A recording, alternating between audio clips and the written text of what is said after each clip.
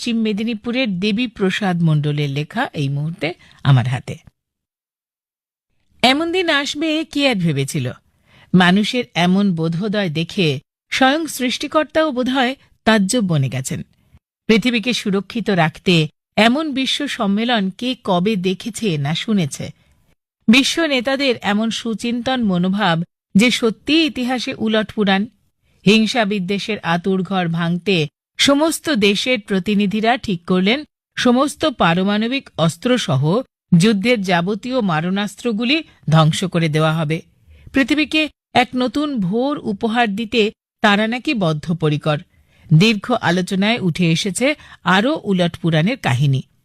দূষণে ভরে যাওয়া পৃথ্বী আর নতুন করে দূষণ ছড়াবে না।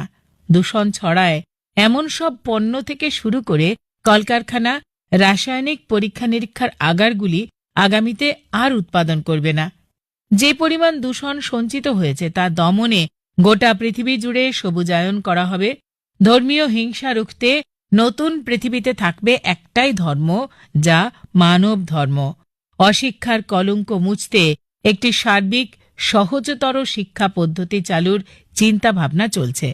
ধনী দরিদ্রের বৈষম্য ঘোচাতে সমস্ত সম্পদ সমানভাবে বন্টন করতে তারা নাকি বদ্ধপরিকর।